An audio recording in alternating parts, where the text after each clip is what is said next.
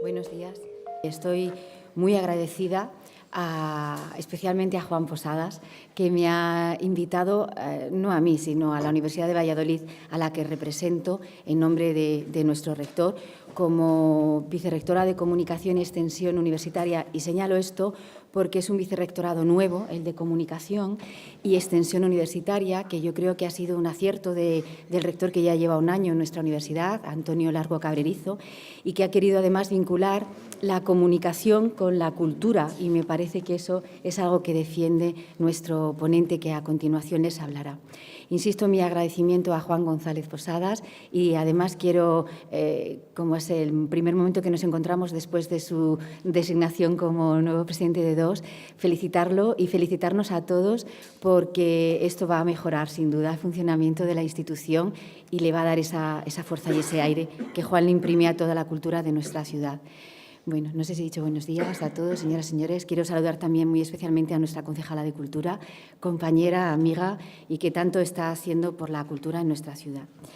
Y, insisto, para mí es un honor, es un privilegio estar aquí presentando al profesor Enrique Bustamante, catedrático de Comunicación de la Universidad Complutense. Su currículum muy abreviado lo tienen en la presentación de las jornadas y yo me he servido un poco de él para hacer esta modesta presentación porque bueno, está muy por encima de todo lo que yo he podido estudiar en materia de comunicación y extensión.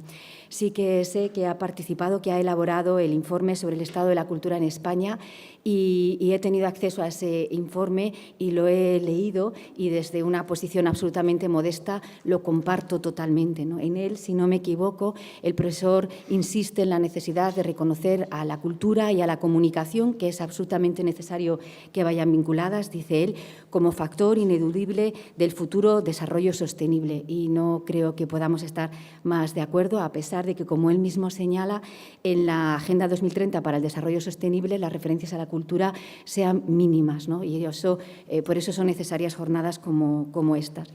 El profesor insiste en la importancia de la cultura como elemento transversal de esa sostenibilidad absolutamente necesaria, de la cultura como piedra de toque en la guerra ideológica, enemiga confesa de ciertas ideologías, señala, y de los gobiernos neoliberales extremistas. Y en un contexto todavía electoral en el que estamos viviendo, con algunas formaciones que se acercan a estas ideas neoliberales extremistas, sin duda esta jornada es absolutamente necesaria. Ya digo que mi opinión no es relevante, es muy modesta, pero yo también creo que la cultura es necesaria para limar desigualdades, para hacernos más diversos, para hacer una sociedad más fácil, de más fácil convivencia, en definitiva, para hacernos mejores personas. Mis palabras son solo esto, de presentación, de agradecimiento, de honor de representar a la Universidad de Valladolid apoyando este tipo de iniciativas de nuestra querida ciudad. Así que le cedo la palabra al profesor y disfrutaremos con su conferencia. Gracias. Muchas gracias. Bueno, buenos días a todos. Mi agradecimiento a los organizadores de este seminario por el tema, por el momento, por lo que representa, a Juan González Posada, a Jorge Fernández de León, en persona, en directo, porque las cosas también las organizan las personas y no solo las instituciones, pero también al Ayuntamiento de Valladolid, a la FEM, a Europa Creativa, a CREART, en fin, las instituciones que se han coaligado para que hoy estemos aquí debatiendo sobre este tema que en las campañas electorales no suele tener demasiado espacio, ¿no? Ni en los debates electorales, ni en las promesas electorales. Bien, yo voy a utilizar, a basarme sobre todo en el informe del estado de la cultura en España de este año, que hemos presentado hace 2 días en el Ministerio de Cultura, pero más que nada como en fin, una base, un fundamento, un pretexto para agitar un poquito temas y discusiones, ¿no? El informe del estado de la cultura en España surgió hace ya pues, casi 10 años, en 2010, a consecuencia de una labor ya bastante prolongada en la Fundación Alternativas, primero en el laboratorio de la Fundación, donde hemos llegado a publicar en torno a medio centenar de informes sobre prácticamente todos los temas y problemáticas de la cultura, local, internacional, la cooperación, etcétera, sobre los sectores, sobre problemáticas comparadas, analizando, por ejemplo, las políticas culturales en Francia, Reino Unido, España, comparando también la cooperación con América Latina, con el Magreb. Ahí teníamos una labor importante que entendíamos necesitaba un instrumento unificador. ¿Por qué? Pues porque no se trataba solamente de poner un grupo de investigaciones y autores en un texto unificado, sino de algo conceptual, de dar una imagen de unidad. La cultura tiene 1000 caras, es enormemente diversa, en sectores, en actividades, en tipo de agentes, estrellas y agentes de a pie, pero tiene una unidad esencial en su problemática, en su función social, en sus políticas públicas, en sus tendencias mercantiles. Y un error desde el mundo de la cultura muchas veces ha sido trabajar y luchar aisladamente como francotirador en cada sector, en cada pequeño segmento, incluso en temas tan candentes como la igualdad de la mujer, donde se han creado una docena de asociaciones, pero cada una en un segmento, en el cine, en el audiovisual, en la música, en el cómic, en la fotografía, con análisis parcelados y que nunca terminan de encajar, ¿no? La idea, por tanto, era centrar ese análisis con todas sus variantes, diversidad interna, pero en un solo informe que capitalizara a los mejores expertos, investigadores académicos, pero también gestores culturales, profesionales de la cultura, lazos entre la comunicación y la cultura.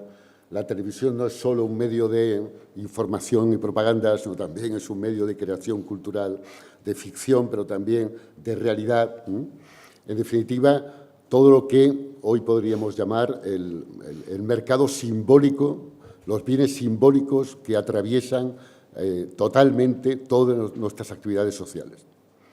Bueno, con esa precaución planteábamos que el faro, el foco fundamental de ese análisis tenía que ser inevitablemente la diversidad entendida tal y como la define y la sustenta la Convención de la UNESCO de 2005, pero que no es más que la síntesis, la culminación de todo un movimiento que viene de muchas décadas y que yo cifraría en el informe McBride del año 80, olvidado, marginado, pero que sigue siendo uno de las grandes culminaciones del pensamiento humanista solidario sobre la cultura y sobre la comunicación en la humanidad.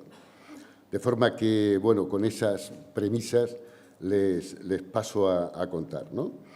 Cada año dedicábamos, o cada edición, mejor dicho, dedicábamos un informe a un lema especial y a una perspectiva especial en la cultura. El primer año dedicamos a la proyección exterior, el segundo a la salida digital, a la transformación, a las mutaciones digitales, tanto de la creación, la producción como del consumo, la cultura como motor del cambio, un cambio que, en fin, no terminó de llegar o no en función de las expectativas generadas. El cuarto, hace 2 años, lo dedicamos a la igualdad de género, sobre todo en la cultura, pero también igualdad en términos sociales, las minorías de inmigrantes, las minorías marginadas, lingüísticas, culturales, etcétera, que están en la base de nuestra diversidad.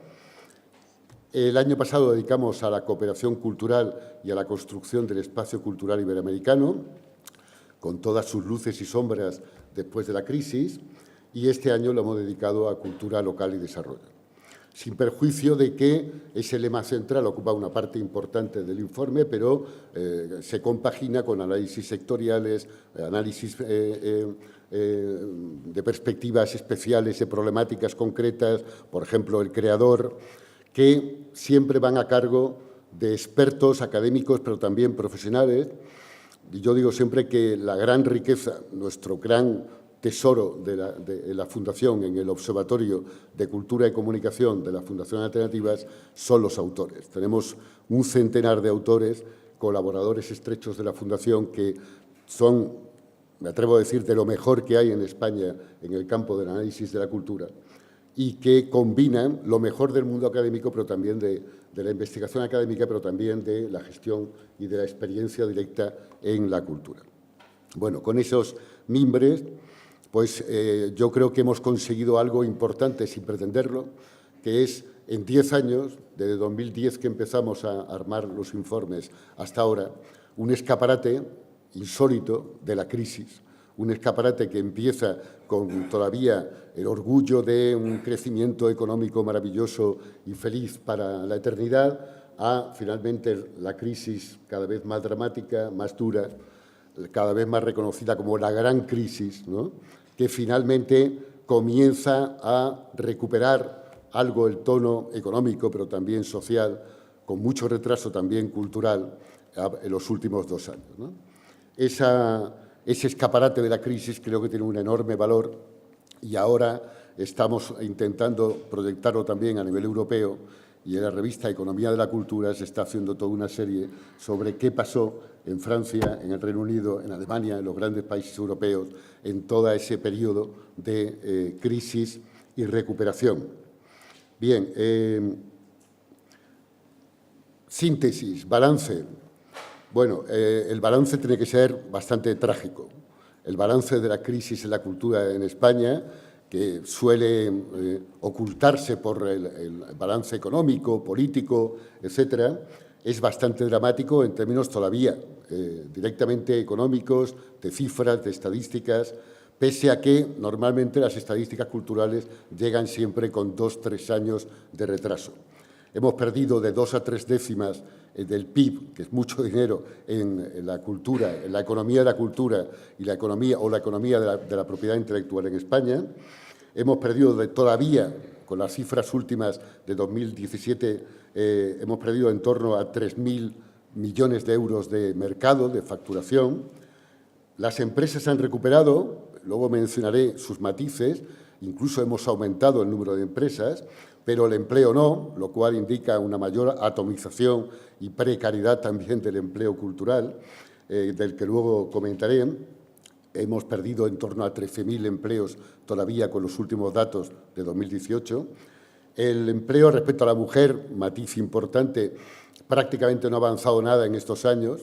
Había avanzado mucho en los primeros años del siglo, sobre todo a partir de 2007 con la Ley de Igualdad, y ha quedado completamente estancado en esta última década. El gasto por hogar y por individuo es enormemente revelador porque implica el peso que las familias o los ciudadanos dan a la cultura en su gasto colectivo y no solamente se ha desmoronado con la crisis, sino que tampoco se termina de recuperar y, por ejemplo, el último año ha vuelto a descender. Y vemos una caída impresionante en estos, sobre todo desde 2010 para acá, ¿no? Eso tiene que ver con la crisis económica, con el hundimiento de los presupuestos familiares de la mayor parte o muchas familias, pero tiene que ver también con la concepción social de la cultura y su papel en las perspectivas, los objetivos que la familia o los ciudadanos se plantea, en este caso respecto a la cultura. Bueno, una percepción mucho más clara a nivel de escaparate público son las políticas y el gasto público en cultura. El Estado central, que en España nunca llegó a superar el 15% del total del gasto público en cultura, ha hundido en casi un 40% sus presupuestos y apenas ha comenzado a recuperarlos, de forma que todavía hoy, datos recientes, estamos en casi la mitad del presupuesto de cultura de la Administración Pública Central en España. Las comunidades autónomas llegaron a descontar el 50% del gasto público, se han recuperado muy levemente y la Administración local, que también, lógicamente, sufrió ese desgaste, ha ido recuperando con mucho mayor ritmo el presupuesto de cultura sin llegar nunca a los niveles de 2008-2009, pero ganando peso todavía mayor relativamente en el gasto público total de España en cultura. De forma que ahora estamos casi en el 65% del gasto público en cultura en manos de la Administración local, ayuntamientos, diputaciones, cabildos, etc. Eso implica todo un dibujo y una arquitectura de dónde ha habido un esfuerzo y dónde sigue habiendo el esfuerzo primordial en el apoyo a la cultura, en el caso español, que luego podemos retomar. En definitiva, Estamos ante una década perdida, una década de congelación, de estancamiento total de la economía de la cultura, de la industria cultural española, que tiene consecuencias que van mucho más allá de los datos estadísticos, que suelen ocultar las realidades sociales más duras, ¿no? Estamos hablando de precarización muy dura del empleo cultural, de polarización todavía mayor de la habitual en la cultura, de la cultura mainstream global, entre unas pocas estrellas y una enorme cantidad de artistas y creadores en precario que no pueden vivir de su trabajo. Estamos hablando de una polarización mucho mayor que antes de la crisis entre multinacionales, grandes grupos culturales, empresariales y, en cambio, una miríada de pequeñas empresas que ya no pueden vivir por su trabajo y, por tanto, con un desgaste muy fuerte sobre las posibilidades de subsistencia y de proyección de la creatividad cultural. La creatividad cultural de un país no se acaba con la crisis. La crisis argentina demostró, y hay estudios, que provocó una explosión de creatividad, pero esa creatividad, también en el franquismo en España, esa creatividad queda absolutamente marginada, sin capacidad de proyectarse a nivel social, sin capacidad de romper los guetos de cada zona, cada barrio, cada pueblo, sin capacidad de perdurar, de sobrevivir, de encontrar una vida profesional que permita seguir creando y proyectando en el futuro. En definitiva, la crisis ha hecho estragos en la industria cultural española, pero no solo en el apartado de creación o de producción, edición, sino también en el de consumo. Y debajo de estas cifras tenemos todo un proceso que ahora empezamos a comentar a nivel económico y social de desertificación de la España hoy llamada vaciada, de desierto en términos de infraestructuras culturales, de actividad cultural. Las salas de cine han desaparecido de los pequeños municipios, de los barrios. Hace unos años estimábamos en 25.000 habitantes el umbral mínimo de una sala de cine, por debajo del cual desaparecía irremediablemente, y ahora se habla de 40.000 mínimo para que tenga un umbral posible, no seguro, de rentabilidad. Por tanto, eliminación de la oferta cultural, de las opciones a elegir de cada ciudadano según donde viva, pero también problemas importantes de acceso colectivo. Hace un año hicimos un estudio intensivo sociológico sobre las encuestas de hábitos culturales para encontrar que casi el 48,7% de la población española no tiene acceso a ningún bien cultural de pago. Y, curiosamente, expurgando, buceando en ese porcentaje, nos encontramos con que más de la mitad no son personas mayores en pequeños municipios rurales, con bajo nivel educativo, sino jóvenes urbanos con edades de sobreadolescencia, con nivel educativo importante, que han visto precarizado brutalmente su trabajo, su salario, su paro, que finalmente no tienen acceso a ningún bien de pago. Fenómeno que va en paralelo al incremento en la crisis de la audiencia de la televisión abierta, publicitaria, de los medios de no pago, que evidentemente significan ya una opción determinada sobre el acceso a la cultura y el cierre a otras muchas formas de cultura de calidad, ¿no?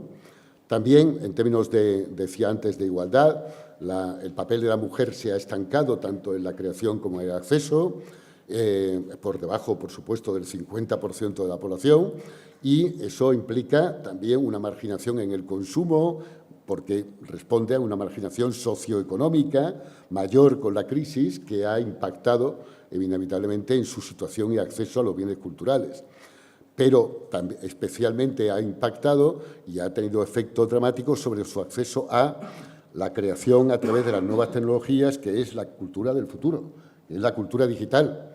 Y seguimos hablando de una terrible fractura digital en el papel de la mujer en las nuevas tecnologías, que está llegando a que algunas multinacionales hagan programas especiales para implicar a la mujer en su trabajo creativo, porque están fallando algo vital, que es la creatividad de la mitad de la población mundial en esa sociedad del futuro. En definitiva, estamos hablando de toda una serie de consecuencias de la crisis que no va a ser tan fácil de remediar, porque hemos perdido posiciones en nuestro propio mercado, en casi todos los segmentos culturales. Ha habido un avance de las multinacionales, un avance de la cultura tecnológica mainstream global que evidentemente tiende a asfixiar las culturas minoritarias, las culturas locales y las culturas en lenguas minoritarias en ese mercado global. Hemos perdido posibilidades también en la cultura digital, incluso las estadísticas de Red.es, de la ONCI, que son siempre enormemente optimistas, reconocen que todavía no hemos recuperado el nivel de 2008 en cultura digital de origen español y de empresa y capital español.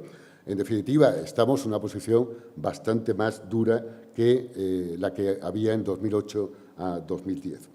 Bien, no quiere decir esto, y siempre lo intentamos en el informe, el llanto permanente y la consternación. Decimos siempre que en materia de cultura, como en otros campos políticos, el llanto por la leche derramada no tiene mucho sentido. Hay que luchar, dar alternativas, recuperar el tiempo perdido. Y eso hemos intentado también en el campo de las políticas locales, en este caso, y después en el campo general, más general de la cultura española. En este informe hacemos todo un dossier sobre culturas locales, que yo creo que es el dossier más completo que hay, reciente, actualizado en el terreno de las políticas y de las culturas locales. Solo menciono a algunos de los autores, algunos están aquí y podrán dar una revisión mucho más amplia de su aportación, que desde Alphonse Martí-Leir, uno de los pioneros de la cultura local, junto con Eduard Delgado y con Eduard Miralles, que antes se ha citado, hace toda una historia del papel de los municipios democráticos en la cultura local. Ramón Zallo, economista, catedrático de comunicación en el País Vasco, desarrolla toda una visión de los desafíos contemporáneos, sobre todo en el mundo digital y ligados también a la comunicación. Luis Ben, que tenemos la suerte de tenerle aquí, pues habla desde su experiencia de gestor cultural de toda una visión de las consecuencias de la crisis sobre la gestión de lo local en la cultura y la pérdida de la autonomía de lo local también en ese campo. Pau Raussel habla y analiza muy a fondo el tema de la financiación, la economía de la cultura, enormemente deficitaria en el terreno, en el ámbito local. O Juana Escudero, que hace, a la que también tenemos aquí presente, que hace todo un análisis del papel de la FEM y de los municipios españoles en 40 años de ayuntamientos democráticos sobre la cultura. La conclusión reiterada por muchos expertos en el tema local es que en los mejores años de la democracia española, los ayuntamientos, los municipios, las diputaciones bailaron con las manos atadas en la cultura. Yo diría bailaron con las manos atadas detrás, porque no tuvieron ni capacidad normativa legalmente reconocida, ni financiación asegurada, sostenible, suficiente, ni coordinación con las instancias teóricamente superiores de política cultural, comunidades autónomas, Estado central, ni siquiera el reconocimiento social del conjunto del Estado sobre la labor que desempeñaban. Y se encontraron con que en la crisis, al contrario, se les reprochaba, incluso legalmente, funciones que teóricamente no estaban entre sus competencias. De forma que lo que hubo ahí fue toda una serie de penalizaciones a un papel que fue, en mi opinión, el papel más destacado, estrella de toda la gestión de los municipios. No podemos caer en una visión ahora angelical de los ayuntamientos democráticos. Después de esos 40 años ha habido de todo porque están en la sociedad, también han sido contaminados por la corrupción urbanística, también han caído en las grandes obsesivas megaproyectos. Ha habido proyectos también culturales aterradores, como la Ciudad de la Cultura de Galicia o como algunas de las ciudades, en fin, fracasadas de Valencia. Se han cometido muchos errores en ese campo, museos sin contenido, grandes edificios emblemáticos que no tenían ninguna función posterior, pero el papel de los municipios, de la administración local de la cultura, ha sido vital para mantener al menos los restos de la cultura, de la industria cultural, a través de todo el papel, la época de la crisis. Papel axial vital en la crisis, más importante todavía por el deterioro, el desmoronamiento de las políticas públicas centrales, que necesita un reconocimiento legal que nunca se ha dado, que nunca ha llegado a pesar de la labor de la FEM, que nunca se ha reconocido ni siquiera en la doctrina europea, donde el principio de subsidiariedad, por tanto de cercanía de las autoridades democráticas al usuario, al ciudadano, es un principio sagrado y que se ejerce con los Estados miembros de la Unión Europea, sin embargo, no en el Estado español respecto a la cultura. Ha sufrido la falta también de cooperación, y aquí hay que decir que las ciudades, los municipios en ocasiones, sobre todo en la crisis, han caído en una visión economicista de la cultura como solo creatividad, como empresa, como emprendimiento, como startup, que inmediatamente tenía que dar resultados, cosa que la cultura es difícil, porque la cultura tiene un tempo mucho más prolongado que la economía y la rentabilidad económica. Una financiación que necesitamos que sea sostenible y suficiente, y que entra en un marco mucho más global, la infrafinanciación de la administración local en el conjunto de las administraciones públicas españolas, que es una tara fundamental de nuestra estructura administrativa desde la transición, la necesidad de una diversificación financiera que todos los autores plantean. Es necesario también buscar y luchar por el patrocinio, pero sabiendo que el patrocinio también tiene el mecenazgo tiene sus debilidades. Y la experiencia de Brasil es muy interesante en ese campo, suele primar las grandes ciudades, los grandes megaeventos, los grandes artefactos culturales, los grandes museos, los grandes teatros, pero raramente los pequeños municipios, las zonas rurales, las zonas más abandonadas, ¿no? Porque no es visible, porque no es rentable en términos publicitarios o de imagen de marca. Necesidad de introducir criterios de responsabilidad social, también en las políticas culturales locales, necesidad de trabajar con criterios de indicadores de evaluación de planificación de las políticas, con criterios de evaluación de los planes culturales, de evaluación de su impacto, de sus resultados, no solo en términos económicos, también de rentabilidad social, y ahí hace falta avanzar en indicadores de rentabilidad social que demuestren realmente la eficacia de las políticas públicas, sobre la sospecha permanente en muchos casos de que efectivamente también en los municipios hay ineficacias, ineficiencias, gastos realmente poco justificados, gastos excesivos en fiestas populares o en eventos que no crean tejido cultural social para el futuro. Pero al mismo tiempo planteamos en el informe que es vital en la nueva política cultural, después de la crisis, no se trata de recuperar tal cual la política que había anteriormente, sino de crear una nueva política cultural que exige cada vez más atender a la cultura desde la base social. Y ahí la administración pública local es fundamental porque es la única que está en contacto con los creadores nuevos en los barrios, en los pueblos, de todo tipo de creaciones artísticas, culturales, que necesitan apoyo justamente para poder romper el gueto local y proyectarse y dialogar con culturas de otras regiones, territorios, municipios, etc. Potenciar el acceso a las nuevas tecnologías, que hoy es vital, por ejemplo, para llevar la oferta cultural de nuevo a esa España vaciada, sin la cual sería imposible, sería inviable, para una auténtica planificación participativa. Se habla mucho en los ayuntamientos de presupuestos participativos, hay que hablar ahora también de planes culturales participativos. No podemos volver a seguir cayendo en el despotismo ilustrado que el Estado central muchas veces ejerció, decidiendo qué cultura es la de élite, la auténtica, la legitimada y, por tanto, qué deben consumir los ciudadanos. Hace falta atender a las necesidades sociales y las demandas culturales desde la base social y no entender la cultura como una cultura de la clase media alta que se impone sobre el resto de la población. En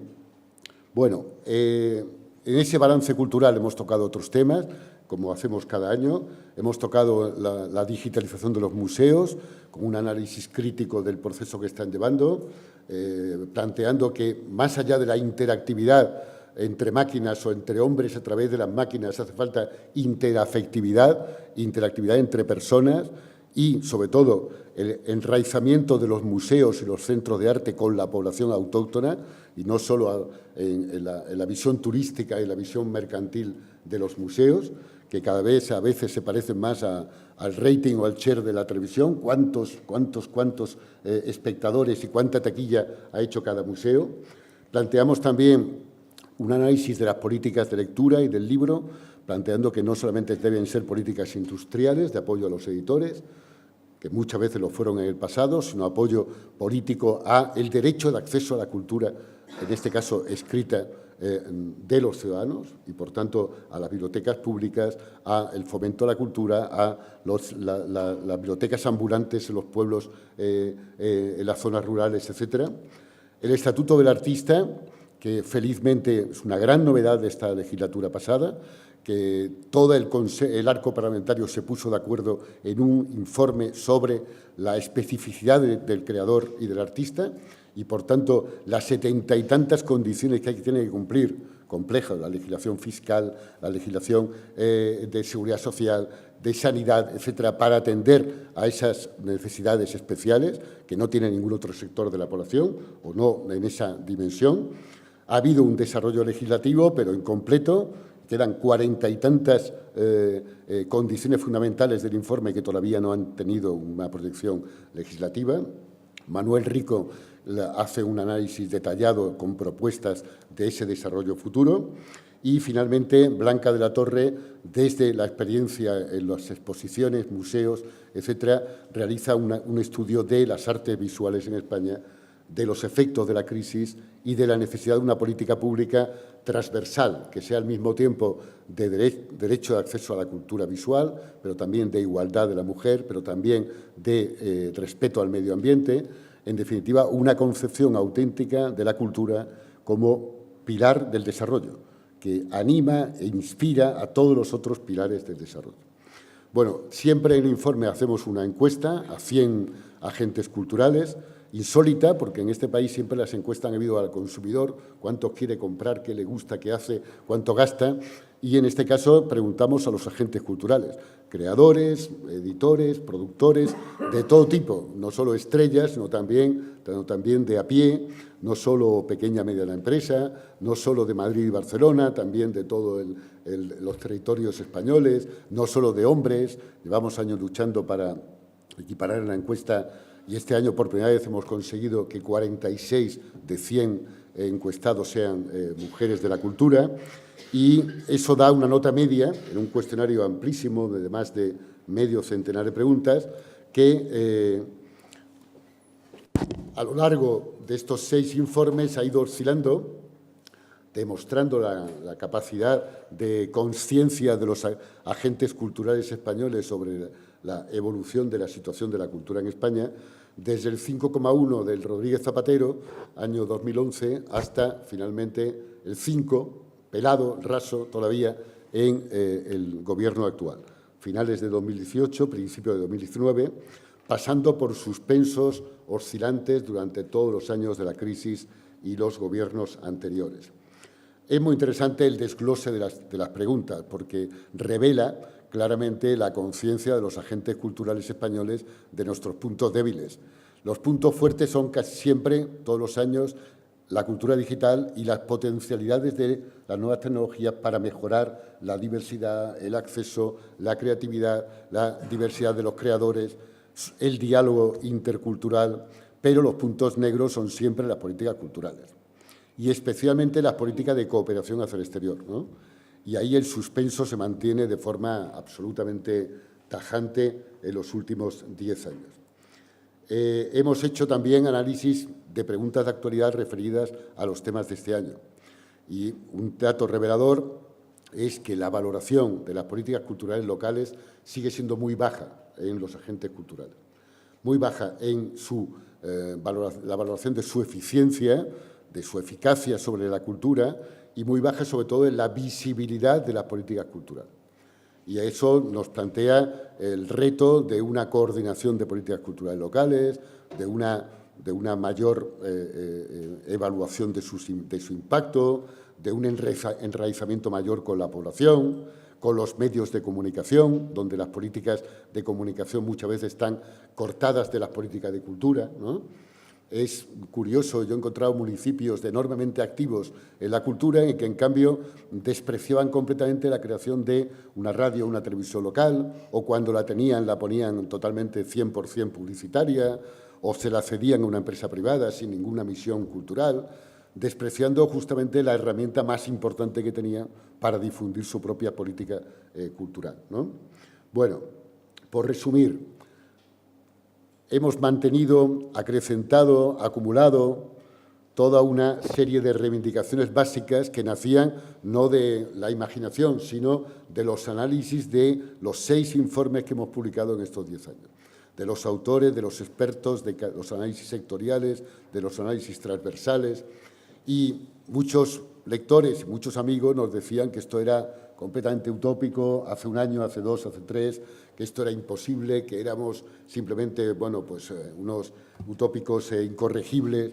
Bueno, yo digo que la utopía, Eduard de Minnaert lo recordaba, es un elemento vital para la cohesión social, para la solidaridad y para la construcción de un futuro mejor. Pero, en cualquier caso, las utopías son siempre relativas, hasta que algún punto comienza a conseguirse. Hace 2 días presentamos el informe en el Ministerio de Cultura. Y yo dije, por primera vez en muchos años podemos presentar un informe en el Ministerio de Cultura, porque hasta entonces lo presentaba en el Ministerio de Educación, Cultura, Deportes y los Expresos Europeos, ¿no? Eso es un dato, solo formal, solo simbólico, pero que en política es muy importante porque implica el peso real, relativo, que en la política y en la mentalidad política de un país tiene cada actividad. Y, por tanto, también en el presupuesto y, por tanto, también en el peso en el Consejo de Ministros. Y ahí ha habido un cambio muy importante. Hemos restaurado un Ministerio de Cultura que, por cierto, ha desaparecido en Brasil de Bolsonaro y en otros países de América Latina. Casual, ¿no? Ese Ministerio de Cultura solo ha empezado a recuperar el presupuesto, no ha tenido mucho tiempo, pero esperemos que realmente haya una recuperación del presupuesto del gasto público en cultura progresivo.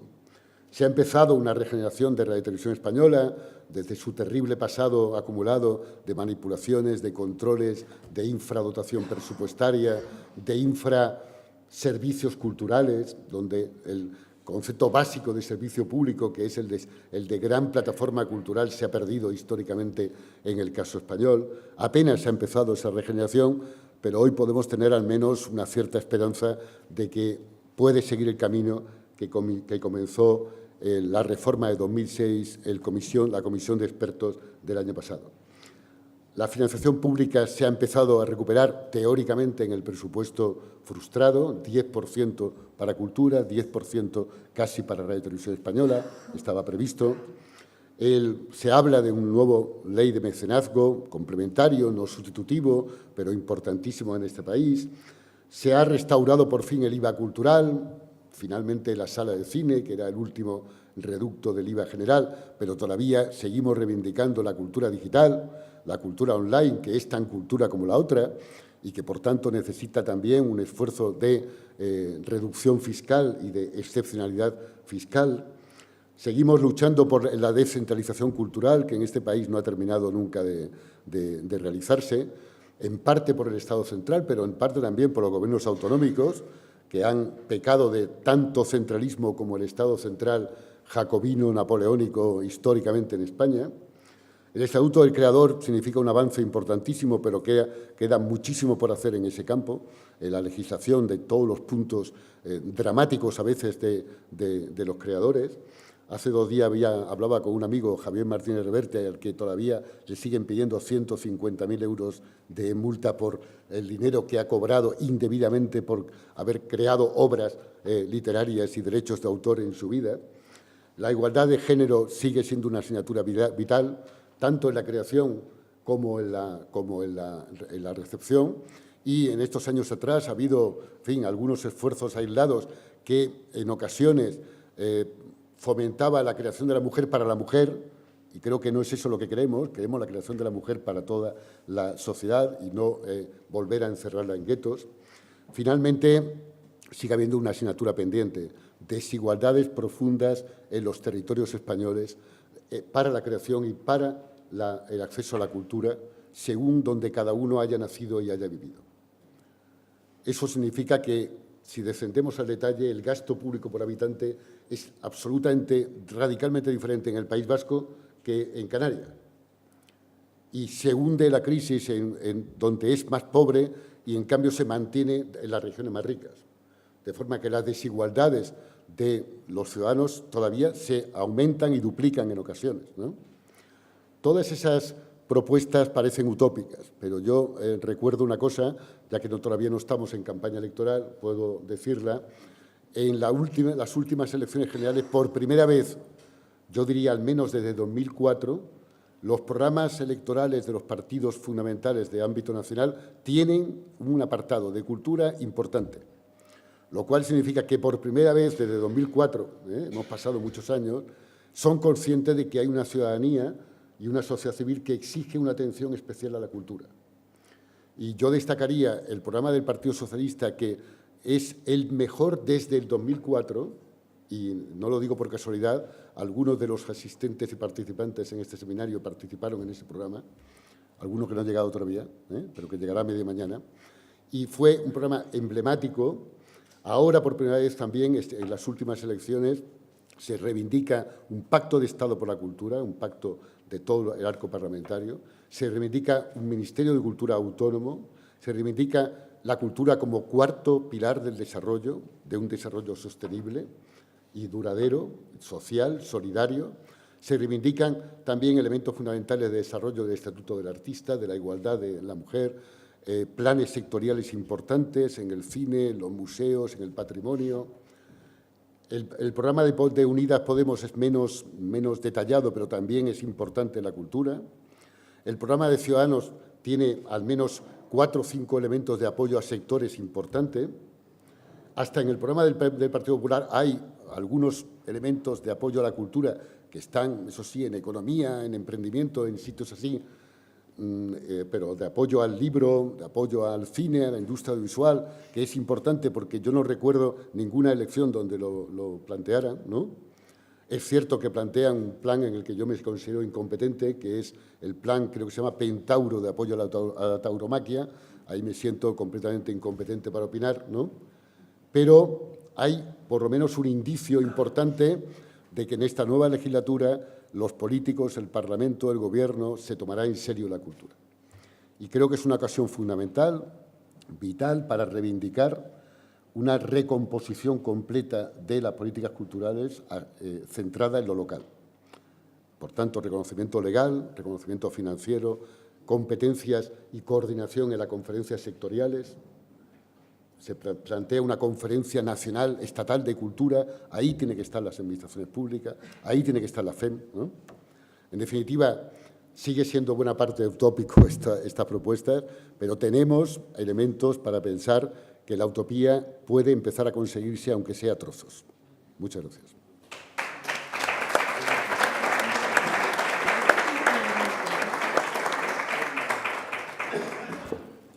Bien, pues abrimos ahora el turno para el debate. No sé si tienen alguna pregunta. Yo sí que... sí, profesor Manero.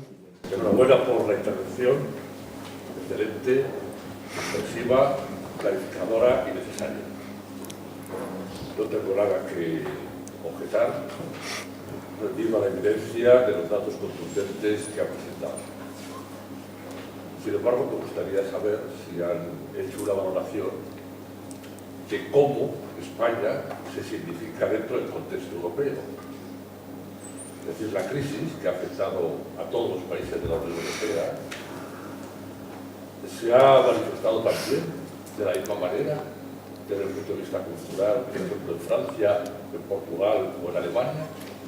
¿Hasta qué punto, por lo tanto, España ha agudizado la crisis en esta vertiente, en este aspecto, en mayor o en menor medida de lo sucedido en otros países europeos? Bueno, en la revista Economía de la Cultura de Roma están haciendo justamente un balance con expertos de cada país sobre ese campo, ¿no? Lo que tenemos son datos de Eurostat y algún análisis parcial. Y sabemos que Alemania y Francia subieron los presupuestos culturales en la crisis. Que el arco mediterráneo hundió absolutamente el gasto público en cultura. Empezando por Grecia, pero también Italia, de forma muy fuerte, España y Portugal, ¿no? Y también algún país anglo, por ejemplo, Irlanda, ¿no? Es decir, que ha habido una situación, una acción irregular, diferente de unos países con otros que no necesariamente coincidían con la riqueza del país, sino quizás con la visión del papel de la cultura en esa economía de futuro, en esa salida de la crisis, ¿no? Al mismo tiempo es curioso porque el discurso de la Comisión Europea ha sido siempre la cultura es elemento vital para la salida de la crisis, ¿no?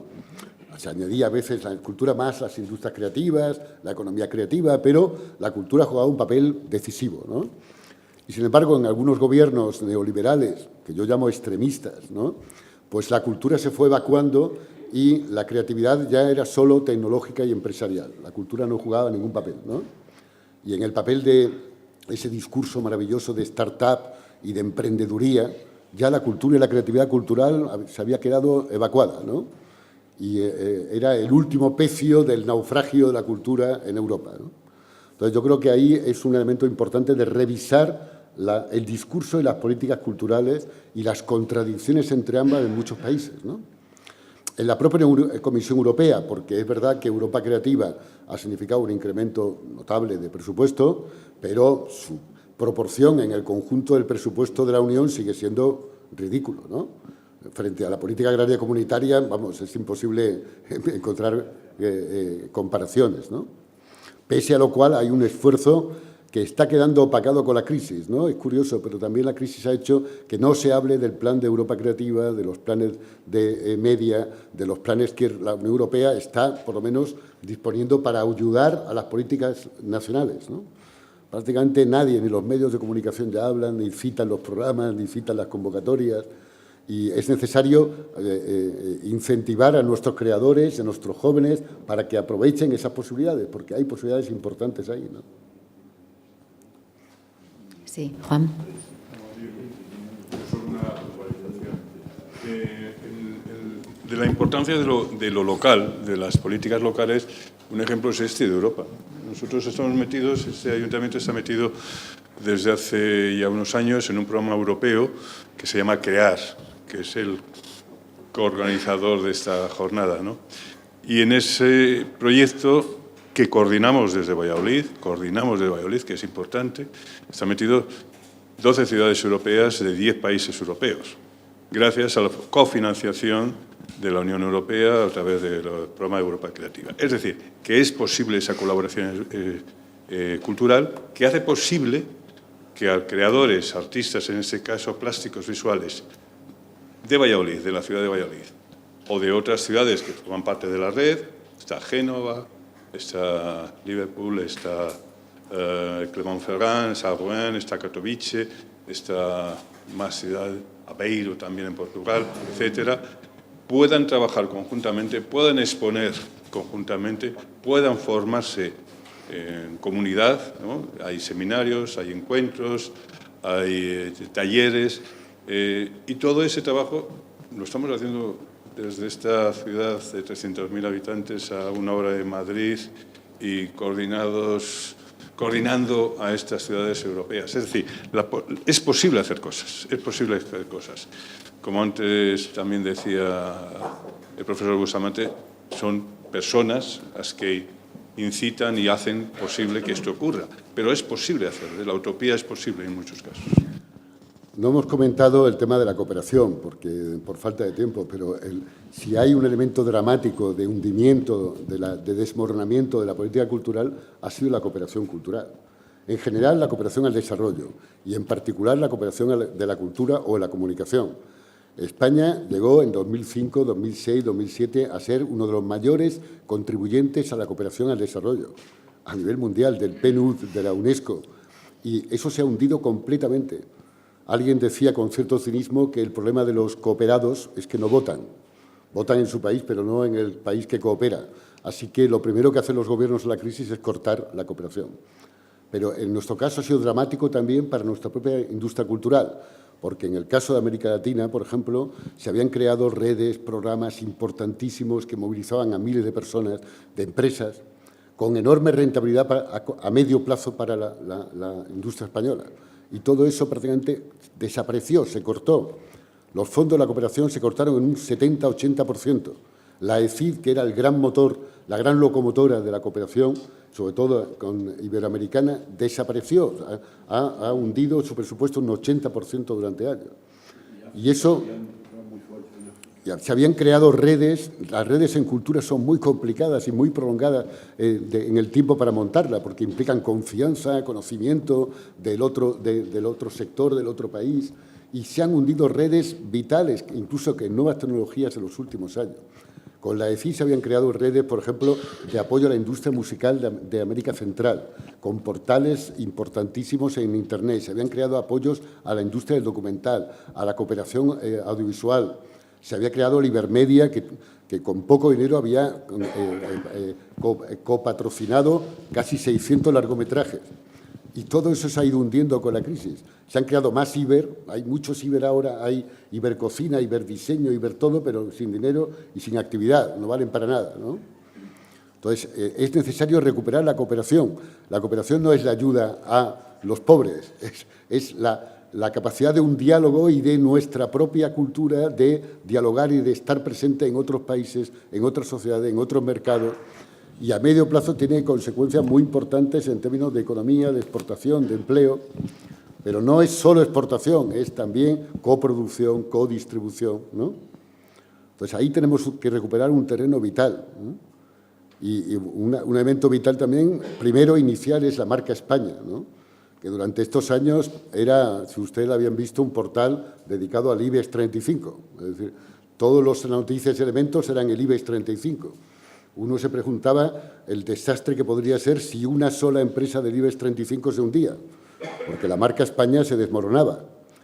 Y cuando aparecía la cultura era Almodóvar, Banderas, alguna cosita así, ¿no?, de guinda del pastel.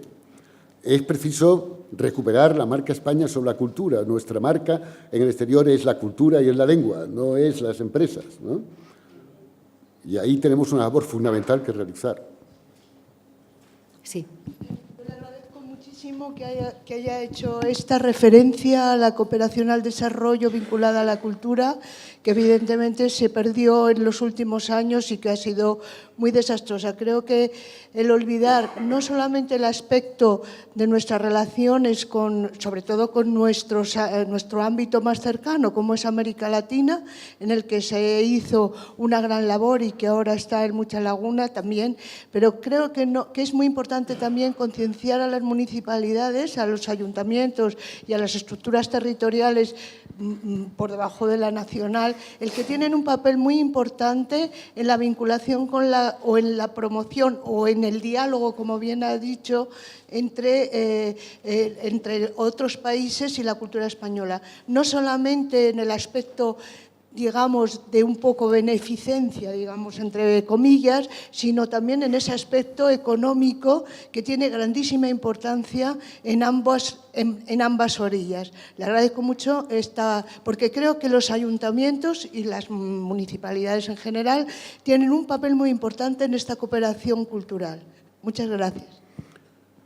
Solo un apunte. En el informe del año pasado le encargamos a 5 autores análisis sobre la cooperación con América Latina, del espacio cultural iberoamericano en construcción, en fin, ¿no?, más deseado que real, y hubo una aportación especial de Néstor García Canclini, del gran antropólogo de la cultura, que a algunos políticos no les gustó porque decía que finalmente los estados se han borrado de la cooperación cultural en muchos países, y que realmente es la sociedad civil la que está tomando en sus manos la cooperación. La pequeña y media empresa, los creadores, asociaciones de creadores en muchos campos, citaba los temas locales, la administración local, citaba la Agenda 21 de la Cultura, aunque mi impresión es que ha perdido un poquito de fuelle en los últimos años, ¿no?, pero tiene ahí declaraciones muy importantes que podían movilizar una acción de futuro. En definitiva, la sociedad civil por abajo tiene que recuperar lo que los estados centrales han abandonado, ¿no?, y han abandonado por miopía absoluta sobre lo que implica la ayuda al desarrollo y en especial la cultura, ¿no? Hay una cosa, que ese terreno se está ocupando y, por ejemplo, ahora mismo lo está ocupando China. O sea, que no nos pensemos con lo que se dice siempre en física, que los espacios no se ocupan. Claro. Los alemanes que se dieron cuenta y con la entrada tan fuerte de España habían retrocedido porque por similitud de lengua los alemanes y los franceses lanzaron sus institutos, porque es una forma de entrar en la marca, no sé qué, y otra forma de entrar en la sociedad, porque nosotros cuando hemos cooperado allí estábamos con los hermanos, con los amigos, con nuestra gente, y además hemos trabajado todavía así, ¿no? Y hay un problema para España, que España habitualmente ha centrado demasiado la cooperación en el Instituto Cervantes. Problema, que el Instituto Cervantes es muy activo en los países que no hablan español, pero los países que hablan español no necesitan el Instituto Cervantes. Y ahí tenemos un problema, ahí tenemos también un problema de los últimos tiempos que ustedes conocen. Ha habido estudios sobre la economía del español en todos los campos exhaustivos, cuantificando en el PIB cuánto significaba el español. Algún estudio ha sacado hasta la fabricación de juguetes y muñecas porque alguna muñeca hablaba en español. Bueno, ahí tenemos un campo peligroso. Yo vengo advirtiendo hace tiempo, porque es muy interesante esa cuantificación económica, pero ha llevado a algunos políticos a pensar que el español es nuestro, que es nuestra propiedad, nuestra finca. Y en los últimos tiempos había un peligroso deslizamiento de la marca España a la marca en español, y nos faltó solamente pedir patente y copyright y royalties porque a todo el que usara el español que no fuera de España, ¿no? Cosa absolutamente contraproducente en las relaciones con América Latina, que no solamente tienen el español suyo, sino que además en muchas ocasiones lo hablan y escriben mejor que nosotros, ¿no? Sí, profesor Marín. Como hay tiempo, porque hasta las 11:30 está previsto que tengamos esta sesión, me voy a permitir intervenir de nuevo brevemente en relación con dos cuestiones que plantea en las reivindicaciones, que me parece importante profundizar en ellas. La primera tiene que ver con el tema de la descentralización cultural, el protagonismo local y la participación social. Y lo planteo desde la perspectiva de la comunidad autónoma en la que está teniendo lugar este encuentro. En la España despoblada, en la España vacía, en la España de un mundo rural muy atomizado, muy disperso y muy crítico. Entonces me van a permitir que haga un sesgo geográfico en este sentido, porque también en este mundo de la ruralidad y de la España interior hay, digamos, temas culturales importantes. En el contexto de la crisis que usted ha planteado tan bien, tan expresivamente, podemos decir que, aunque sea de una forma testimonial, el mundo rural ha reaccionado de forma muy significativa en esta etapa. Es decir, en condiciones de gran precariedad, con mucha limitación de medios, en ocasiones con un alto grado de voluntarismo, se han registrado iniciativas culturales importantes que han tratado de sobrevivir en condiciones de gran dificultad, con un esfuerzo personal por parte de los alcaldes, el alcalde de Tiedra, en la provincia de Valladolid, el alcalde de Tordesillas, el alcalde de Peñafiel, estamos hablando de la provincia de Valladolid, en Medina del Campo, de tal manera que podemos plantear, es decir, ¿sería posible en el momento actual en el que estamos tratando de diseñar estrategias de recuperación demográfica en estas áreas que se están vaciando, conceder a la cultura un papel fundamental y decisivo para evitar esta situación, esta tendencia al abandono? ¿Hasta qué punto, pues, la cultura puede convertirse en un catalizador de experiencias susceptibles de neutralizar el vaciamiento demográfico? Y en segundo lugar, no entiendo bien la última cuestión. Por una cultura española diversa, en plural y en singular. ¿Esto es una reivindicación en estos momentos? ¿Realmente esto no ocurre ya en España? ¿No tenemos en España ya una cultura diversa, apoyada en la lengua, en la capacidad creativa de las diferentes comunidades autónomas?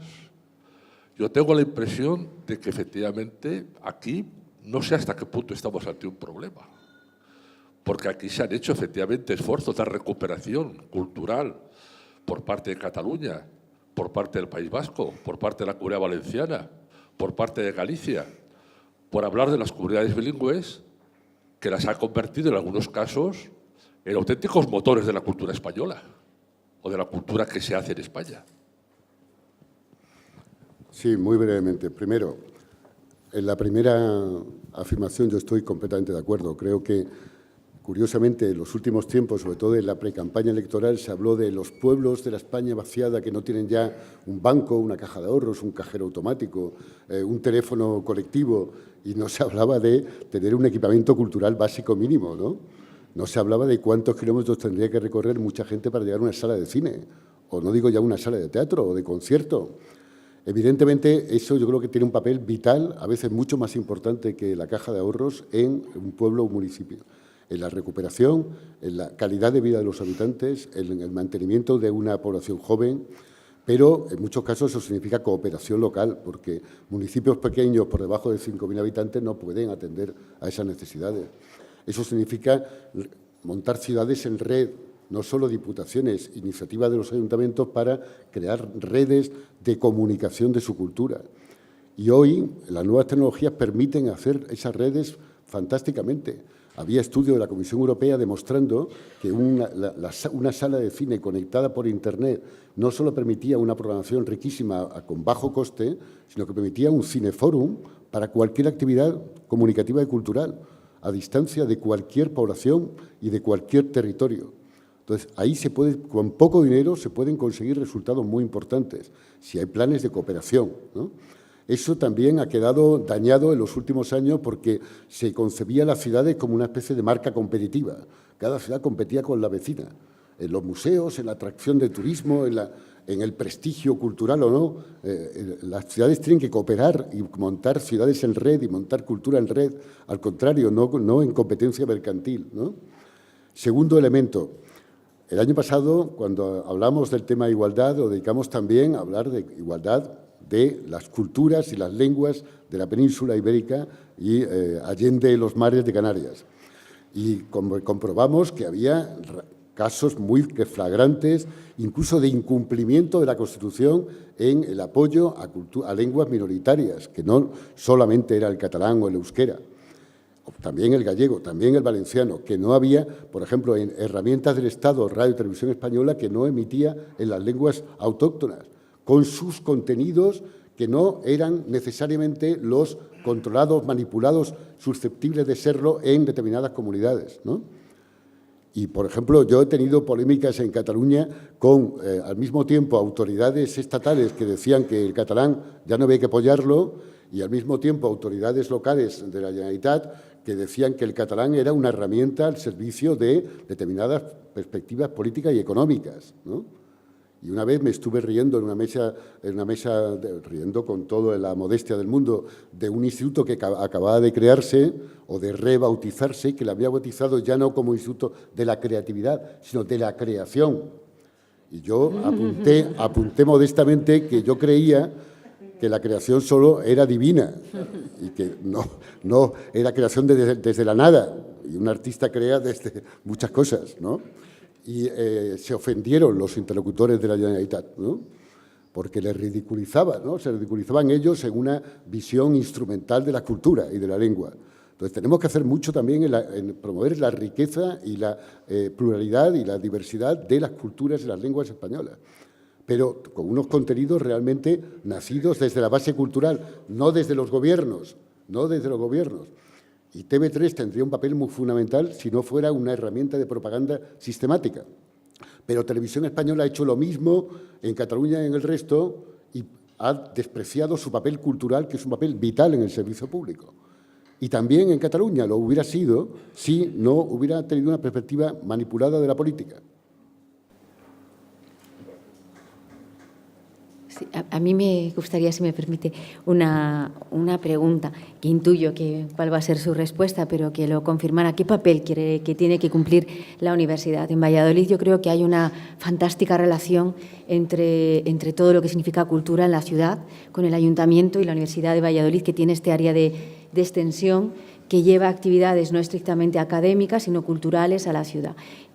¿Cree usted que la universidad pública tiene que tener un papel importante en todo esto que usted cuenta? Bueno, en la universidad hemos sufrido un proceso curioso, ¿no? aquí podemos testificarlo varios, ¿no?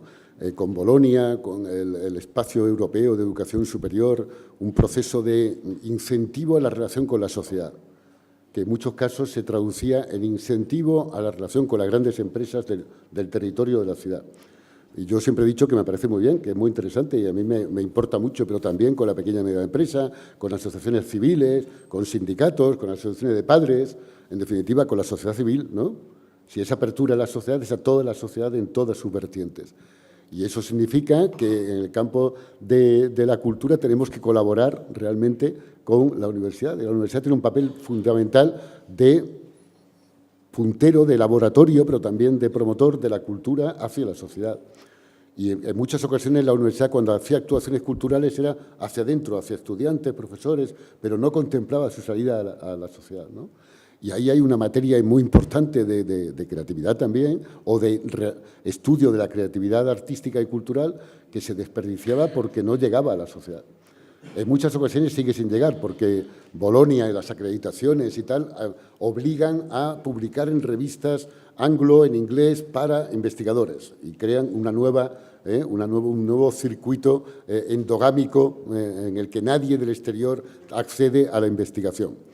Pero en materia de comunicación y cultura estamos obligados más que nunca a verter a la sociedad nuestros resultados. Y eso significa un papel de colaboración con la administración local, con la sociedad civil. Yo creo que hay muchos avances ya importantes en ese campo. La universidad ha tomado un papel importante en la cooperación exterior y muchas universidades dedican un porcentaje de su presupuesto a la cooperación, mediando sociedad civil, a la cultura, con administración local, con proyectos mancomunados, ¿no? Luis puede hablarnos del proyecto de Atalaya, que es un proyecto muy interesante de cooperación entre universidades, con un elemento añadido que trasciende a la universidad, que es la enciclopedia de gestión cultural. Que están construyendo una enciclopedia fantástica en Internet, a disposición de todo el mundo, con los mejores expertos de toda España, profesionales, académicos, sin mirar orientación política ni ideológica, con una enorme capacidad ahí de adaptarse a cualquier situación, en todos los campos de la gestión cultural, ¿no? Creo que es un caso que hay que mantener, pero, claro, también sabiendo que la crisis nos ha asesinado a las universidades, nos han recortado brutalmente, nos han quitado fondos por todas partes y que eso también ha tenido un impacto y consecuencias negativas, ¿no? Sí, Javier. Dentro de lo que estamos hablando de la cooperación y colaboración, hacia el exterior, por supuesto, hacia el interior, la creación de redes locales, yo creo que las instituciones o distintas instituciones culturales que están insertas dentro de lo que es la política cultural de una ciudad, hablo de fundaciones u otro tipo de instituciones, tenemos una responsabilidad también, en tanto en cuanto en un contexto económico adverso, la cooperación y la colaboración entre instituciones, tanto públicas como privadas, permite llegar más lejos, permite que los proyectos y actividades culturales se puedan desarrollar. Nosotros, yo pertenezco a la Fundación Miguel Delibes, intentamos y somos conscientes de que colaborando con otras instituciones del ámbito rural, del ámbito universitario, del ámbito local, del ámbito provincial, del ámbito autonómico o estatal, podemos llevar estas actividades a sitios, por ejemplo, a pueblos como a Sonseca, a pueblos como a Toro, como a Nava del Rey, como a Rueda, que sabemos que no tienen los medios suficientes para poder tener una exposición o cualquier otra, un ciclo de charlas, pero creo que las fundaciones o las instituciones culturales, que además están participadas, muchas de ellas, tanto por dinero público como privado, nosotros, por ejemplo, tenemos aproximadamente un 50%, tenemos que ser conscientes de la responsabilidad que tenemos en aportar ese servicio cultural de calidad a unos ciudadanos que, de otra manera, como se está viendo, parecen en muchos casos ciudadanos de segunda, y creemos que tenemos que aportar nuestro grano de arena. A mí esa labor me parece fundamental y solo se conseguirá no solo con fundaciones locales, sino también con apoyo de administraciones locales y proyectos mixtos, ¿no? Porque inevitablemente, yo decía antes, el patrocinio, el mecenazgo, allá donde se ha expandido, donde le han dado grandes beneficios fiscales, legislación favorable, tenemos experiencias muy largas, ¿no? En Brasil hay una experiencia de 30 y tantos años, en Estados Unidos, en el Reino Unido, y sabemos que las grandes fundaciones, el gran mecenazgo cultural, va a los grandes artefactos de las grandes ciudades.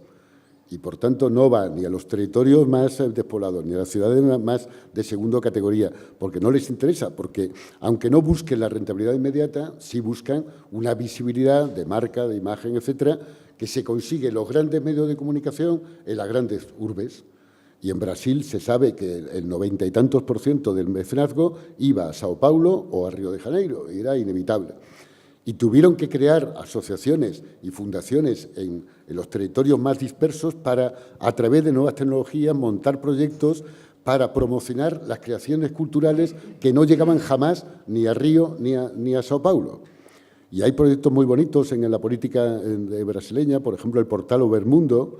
Crearon un portal cooperativo apoyado por el mecenazgo, pero que se dedicaba a visibilizar los proyectos creativos de música, literatura, de todo tipo, que no llegaban jamás a las grandes ciudades. Y ahí implicaron a pequeñas fundaciones, a fundaciones locales, a administración local, pero sobre todo a asociaciones civiles, a ciudadanos, voluntarios, que gestionaban, decidían, votaban. La creación que iba al portal Escaparate y que era más votada, no más leída, no más comprada, más votada, se mantenía más tiempo en la página home, ¿no?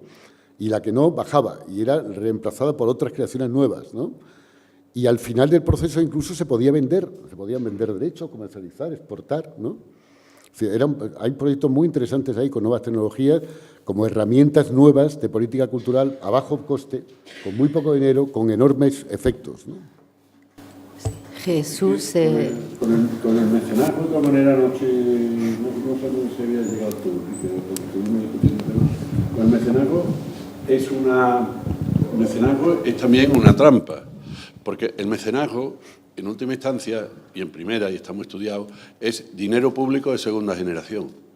O sea, el mecenazgo, si tú das mucho y tienes mucha cosa, ese dinero no entra en el circuito público. Luego, si no entra en el circuito público, quitas unas posibilidades al propio circuito público. Con lo cual, ¿qué quiere decir? Que el mecenazgo, para que no pase eso que dice Enrique, la ley de mecenazgo tiene que también ser muy clara. Entonces, los países nórdicos, por ejemplo, tuvieron una época, Dinamarca y Suecia, tuvieron una época en la cual, por ejemplo, el mecenazgo, el incentivo, iba más sobre las artes minoritarias y sobre las zonas rurales, porque si no todo el mundo se va a la música clásica y a la ópera, porque se va a la actividad de relumbrón. Claro, tenemos que tener en cuenta que depende, y ha habido un ejemplo muy curioso que lo han explicado con pocas palabras, por decirlo de alguna manera, que ha sido el tema de Notre Dame. Cuando las grandes empresas no fueron a que poner 200 millones entre todas y de repente saltan con 200 millones una y 100 y pico otra y otra no sé qué, ¿por qué? Porque con las exenciones, con el estudio de las exenciones fiscales, les salía más barato que lo que hubiesen puesto los 40 o 50 millones, porque tienen una cantidad. O sea, el mecenazgo es un arma de doble filo. Tiene una capacidad liberadora de decisión, pero tiene otra capacidad que si el Estado no hace esa ley de mecenazgo, por ejemplo, una ley de mecenazgo de un partido o de otro, seguramente cambiaría.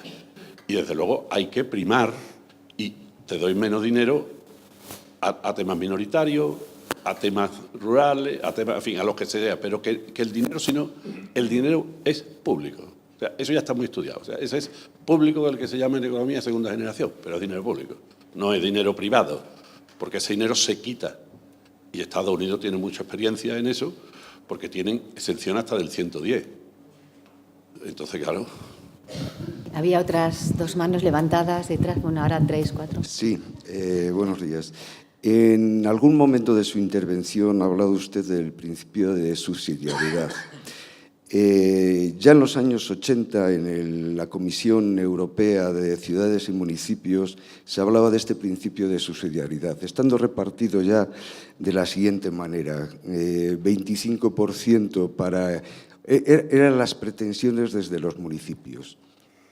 Creo recordar era 25% para el Estado, 25% para las comunidades autónomas y 50% para los municipios, considerando que los municipios debían de realizar un mayor esfuerzo y, por lo tanto, también económico, puesto que eran los más próximos al ciudadano. Bien, entonces se estaba produciendo todo lo contrario, es decir, se estaba dando ese 50% al Estado, 25 o 30% a las comunidades autónomas, dejando a los municipios entre un 15 y un 20%. Estoy hablando de finales de los 80. ¿Podría decirme en qué estado se encuentran en estos momentos esos porcentajes? ¿Si han variado y si han variado a favor de quién?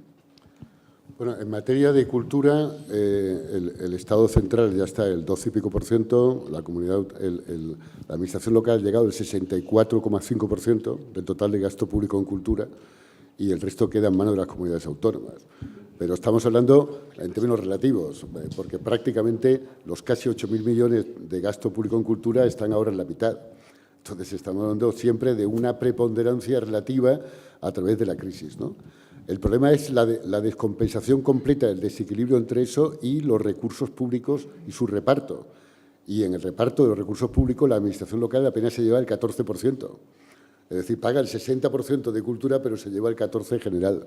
Entonces, estamos hablando de unas competencias de estado de bienestar, hay que reclamarlo, tan importantes como la educación y como la sanidad, que el Estado no reconoce y no paga.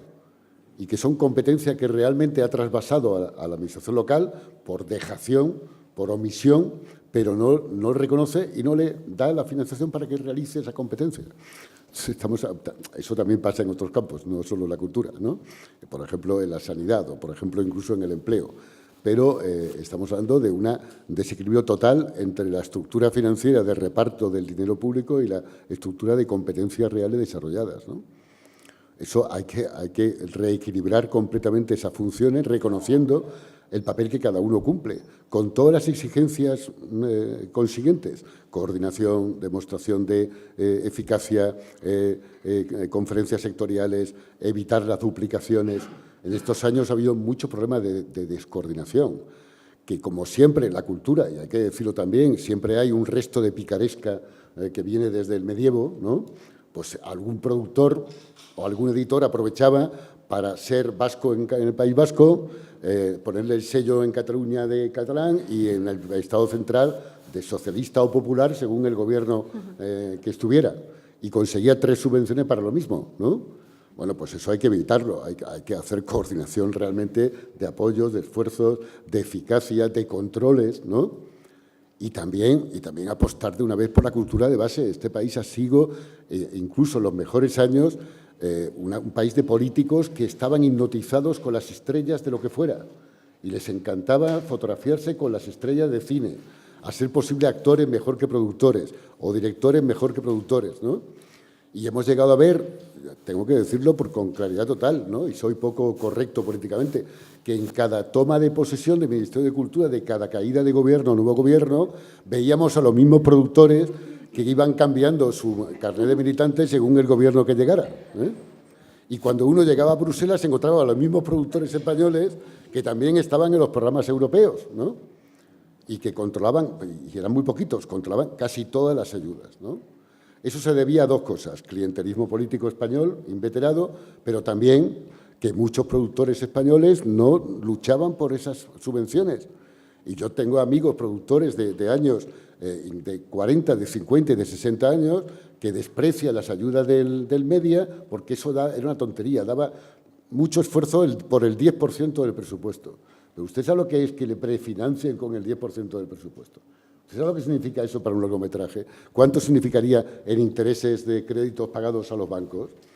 Pero tiene que hablar inglés, tiene que entrar en Bruselas y tiene que saber pedir una ayuda en el programa Media, que no es tan difícil porque tiene antenas en cada país y en cada ciudad, ¿no? Ahora el programa Europa Creativa, ¿no? Pero tiene que esforzarse, no puede simplemente decir, eso es una miseria. Entonces, los que realmente se esforzaban se quedaban con todas las ayudas, ¿no? Y eran muy poquitos, ¿no?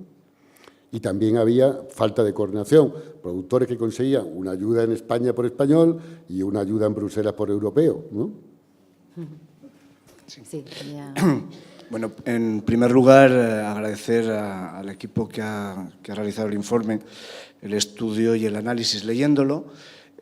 Yo pensaba que estábamos como recorriendo un camino para llegar al mismo punto. Cuando veía las propuestas que has presentado, había algunas que podrían haber sido de hace 40 años, aspectos tan sencillos como la responsabilidad social, como la promoción de la cultura de base, o la planificación participativa, elementos que estaban en las políticas ascendentes que buscábamos entonces, ¿no? Que se buscaban entonces, ¿no? Que reflejo de esto han sido elementos, como has mencionado tú antes, como la Agenda 21 de la Cultura, que si bien es cierto que no pasa por su mayor uso o aplicación, creo que todavía tiene mucho que decir en estos tres aspectos, ¿no? ¿Cómo ves tú el futuro tanto de lo que propone como metodología y las herramientas de la Agenda 21 en estas reivindicaciones vigentes a nivel local? Y luego otro aspecto que no sé si habéis analizado a profundidad, porque veo muchos aspectos sobre la producción, sobre la generación de la cultura y sobre su promoción, pero me faltan algunos aspectos de la recepción. De cómo podemos entroncar desde las políticas culturales este siguiente paso, que es la apropiación de lo que estamos creando, cuando todos sabemos que se están perdiendo audiencias o que las audiencias están cada vez menos sintonizadas con algunos aspectos de la creación. Bueno, las políticas culturales han sido objeto de múltiples análisis, tanto desde el punto de vista de sus contenidos, sus etapas, sus propósitos, como de quién y cómo decidía esas políticas culturales y quién las llevaba a cabo, ¿no? Los policy makers, ¿no? Pero yo creo que a veces los esquemas teóricos, y también en la academia pues, abusamos de ellos, no reflejan la realidad de los matices y complejidad de la sociedad, ¿no? Y llevamos años hablando de pasar de la democracia a la democratización de la cultura con participación pública directa y tal, y mientras tanto las políticas públicas, la mayor parte de la comunicación de la cultura, seguían siendo paternalistas, de despotismo ilustrado, de yo pongo esto porque eso sí que realmente tiene que interesar a la gente, le guste o no, ¿no? El esquema de la BBC maravilloso de los años 50, cuando la ópera se ponía en prime time, ¿no? Porque toda la familia británica en masa tenía que gustarle la ópera, quisieran o no, ¿no? Bueno, pues mire, esa visión la han mantenido, la han seguido manteniendo los políticos y muchos gobiernos, mezclada con esa que yo citaba antes, mejor las estrellas, mejor los famosos, porque eso nos da un plus de notoriedad cambiable, intercambiable por votos, ¿no? Y por prestigio político. Entonces, eso lo tenemos en nuestro ADN, de nuestra política cultural, y más todavía en los países donde ha habido una política centralista, jacobina, y España ha seguido la tradición francesa durante décadas, de política central, de política desde el Estado central, para, normalmente, las grandes ciudades más cercanas, capital del Estado, en el caso español, pues también algo Barcelona o Bilbao, pero poco, ¿no? Entonces, toda esa herencia la seguimos arrastrando y atraviesa las ideologías, atraviesa los partidos, se mezcla con cualquier ideología de partido y gobierno, ¿no? Mientras el discurso efectivamente sigue avanzando e insiste en mayor participación, empoderamiento, ¿no? Bueno, pues eso significa que tenemos que reconocer todos esos problemas y hacer más hincapié todavía en la administración local, en la base social, en la sociedad civil, ¿no? Yo decía, he puesto el acento en la creación porque cada vez creo menos en esa separación tajante entre creadores y públicos, ¿no? Los estudios de la UNESCO sobre el consumo cultural dan cada vez más una mezcla intrincada, imbricada entre usuarios que participan, crean, les gusta a un nivel pequeño o a un nivel importante, de intervenir en la creación cultural, intervenir en la recreación de la cultura, de lo que sea, ¿no? Y eso tenemos que asumirlo también en las estadísticas, ¿no? Que en muchos casos siguen diciendo la lectura se mide por venta de libros y la película por taquilla de cine. Y no, mire, no, la gente lee en Internet, la gente lee también gratis, también compra libros que no lee nunca y los pone en el sofá para que hagan juego, ¿no? Tenemos que atender a la realidad social del consumo de la cultura. Y ahí también acomodar las políticas culturales a esos cambios de mentalidad y de usos. Y ahora no vale con solo apoyar la oferta de cultura desde arriba hacia los ciudadanos, sino también hay que apoyar a los ciudadanos para que accedan a la cultura. En Brasil antes decía que hay ejemplos muy bonitos. El programa Vale Cultura, que era un programa en el que inicialmente los propios creadores, los propios gestores no creían mucho, que tuvo bastante éxito porque lo que hacían era dar un plus de descuentos o de asistencia a cines, a teatro, pero también a música, conciertos, a elementos de cultura local, ¿no? Y la gente los usaba. Y cuando los usaba, finalmente también estaba dispuesto a pagar algo para seguir usándolos, ¿no? La figura de los economistas del pasajero clandestino, que una vez acostumbrado a viajar gratis, ¿no? Finalmente le gusta el tren y paga en taquilla, ¿no? Bueno, pues eso, crear una mentalidad de necesidad de la cultura es importante. Y seguramente tenemos que manejar esos conceptos y ver en pueblos, en pequeños municipios, etcétera, cómo no solo pagar al productor o al creador, sino pagar o ayudar al usuario a que pueda acceder a la cultura de pago, ¿no? Y a que pueda participar en la cultura. Y entonces, no solo crear polos de creatividad industrial para la startup, sino también para que los ciudadanos, asociaciones, vayan a usar los instrumentos de cultura, a manipular la cultura, a reconstruir la cultura, ¿no? Incluso en materia amateur, porque es que el amateurismo ahora está completamente fusionado con la profesionalidad, no tiene ya separación tajante como en el pasado, ¿no? Y muchos amateur creadores pueden ser en el futuro creadores muy importantes, ¿no? Si encuentran un terreno propicio, ¿no? Sí, hay dos manos más levantadas y yo creo que hacemos luego una pausa. Sí. Buenos días y felicidades por la intervención. En primer lugar, quería saber su opinión. Siendo un país, España, como tercera potencia mundial en cuanto a elementos patrimoniales, Castilla y León representa más del 50% del total de esos elementos patrimoniales. ¿No cree que va siendo hora de crear una legislación concreta y específica en materia de cultura? Eso en primer lugar. Y en segundo lugar, quería decir, al hilo de lo que decía mi compañero, de esa pérdida que tenemos de asistencia a las distintas instituciones museísticas de personas, ¿qué importancia o qué relevancia estaríamos dando a la accesibilidad cognitiva? Gracias. ¿A la accesibilidad? Cognitiva.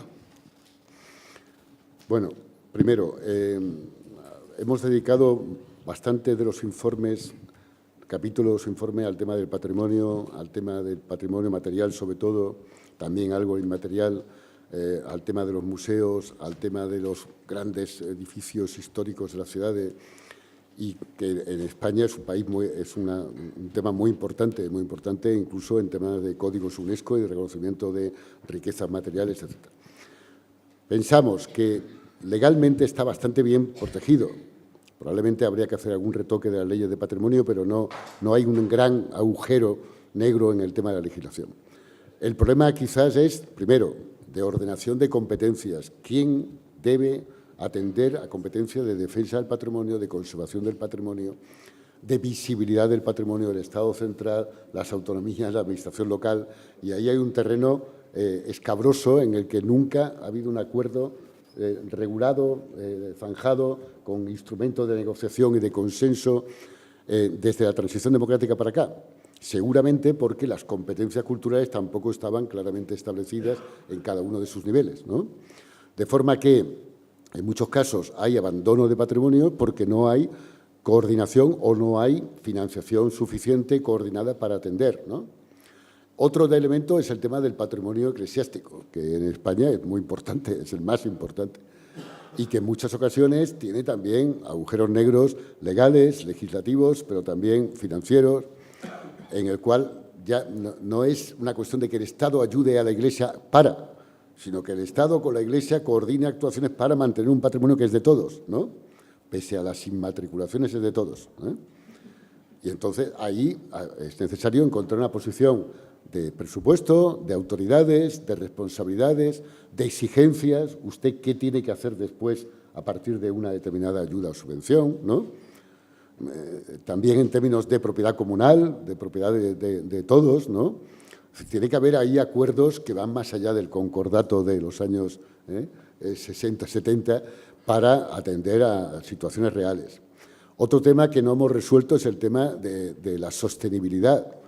En muchos casos el turismo es lanzado por las ciudades como un elemento maravilloso de regeneración económica de la crisis, pero sin capacidad de sostenibilidad, ¿no? ¿Cuánto tiempo se mantendrá esto? ¿Qué recursos exige la preservación del patrimonio en tiempos de turismo de masas, ¿no? En tiempos de desgaste de ese patrimonio, en términos de desgaste del medio ambiente que rodea al patrimonio, en términos de participación de la población autóctona sobre su propio patrimonio, porque en un momento determinado la población autóctona puede decir, oiga, yo pago la preservación de un patrimonio que es mío, pero solo lo disfruta el turista que viene de fuera, ¿no? Porque yo no tengo acceso, ¿no? Entonces, hay elementos que hay que plantearse. El patrimonio es una riqueza colectiva impresionante a condición de que sea sostenible, de que esté encarnado en una política ambiental, en una política comunitaria, que sea solidaria internacionalmente para generaciones futuras, que no nos lo gastemos y destrocemos en una generación, ¿no? Así que ahí tenemos que pensar, legislar, organizar, y la administración local también es vital en ese plano, porque es quien conoce necesidades concretas, ¿no? En Málaga, de donde vengo, pues ha habido un presupuesto importantísimo de cultura, de apoyo a los museos, al patrimonio, pero en los últimos meses hay una enorme polémica porque la Alcazaba árabe, que es una riqueza patrimonial muy importante, está siendo abandonada y se estaba cayendo a trozos, porque no es rentable turísticamente, eso nos da taquilla, ¿no? Bueno, pues mire, ¿no? Eso es un tema a plantearnos. Otro tema es la disneyización de las ciudades, ¿no? En Málaga llegó a haber un proyecto muy bonito que era un puente elevado que unía el Museo Picasso con el Teatro Romano para que los turistas, andando poco, pasaran del Museo Picasso, arte contemporáneo de vanguardia, al Teatro Romano y después a la Alcazaba árabe, al Castillo Medieval, todo eso en media hora, ¿no? Una especie de parque temático Disney. Bueno, pues eso se puede hacer mejor en las afueras, en una zona rural, ¿no? Mejor con parque acuático para que los niños se distraigan. Y es mucho más barato, no hace falta hacerlo en el patrimonio auténtico, ¿no? Podemos crear una cueva Altamira falsa para que se desgaste, ¿no? Bien, una última. Perdón. Mire, hay un problema fundamental que no podemos eliminar. Anoche hablábamos de la herencia de la institución libre de enseñanza, que hablaba de la instrucción pública. La instrucción pública era todos los bienes simbólicos que la sociedad y el Estado debían preservar, que incluye la educación, la formación, y era una formación de por vida. Ya había una concepción de que el ciudadano aprendía de toda su vida útil, y finalmente la cultura. Y esos planos están ligados. Entonces, no se puede desligar la cultura y su futuro de la educación y de la formación. Y ahí tenemos serios problemas también en este país. Hemos abandonado la formación en muchos campos culturales. Las reformas educativas de los últimos tiempos no solo penalizaron la filosofía, penalizaron también la música, han penalizado la formación audiovisual, ¿no? Siempre alegando la importancia de contenidos instrumentales inmediatos para hacer frente a la demanda del mercado de trabajo, ¿no? No, pero la demanda del mercado de trabajo necesita gente culta, creativa, flexible, capaz de adaptarse a todos los cambios del futuro. Y eso lo da también especialmente la cultura, ¿no? Entonces, tenemos que repensar la educación en términos culturales. Hay una enorme experiencia latinoamericana. La OEI ha hecho una cooperación impresionante en materia de formación cultural en todos los campos en América Latina, pero nunca la ha traído a España. Nunca la hemos aplicado a España, ¿no? La hemos exportado. Ahí hay una enorme riqueza de experiencias directas sobre cómo formar a las comunidades y cómo darles participación en la formación cultural para que realmente hagan suyo las obras y creaciones culturales.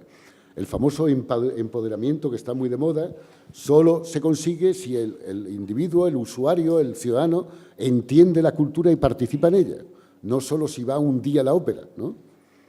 Entonces, ese acercamiento cognitivo procede de la educación y la formación, ¿no? Con Bourdieu aprendimos que solo hay capital cultural, y el capital cultural es colectivo, pero también individual, y se debe a factores que uno no siempre tiene capacidad de decidir. El capital familiar, ¿no? Depende de la familia, sus hábitos, sus comportamientos, sus conocimientos, su capacidad de vocabulario, de conceptos que el niño aprende desde pequeño, capital educativo, ¿no?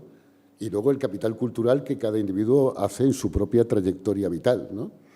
Bueno, pues eso el Estado tiene una obligación, la sociedad tiene una obligación de incentivar ese camino porque hay muchos niños que han nacido en familias donde no hay un solo libro y donde los conceptos y la terminología es de una pobreza total y no le podemos condenar a heredar y transmitir la pobreza cultural que hereda sin poder evitarlo, ¿no?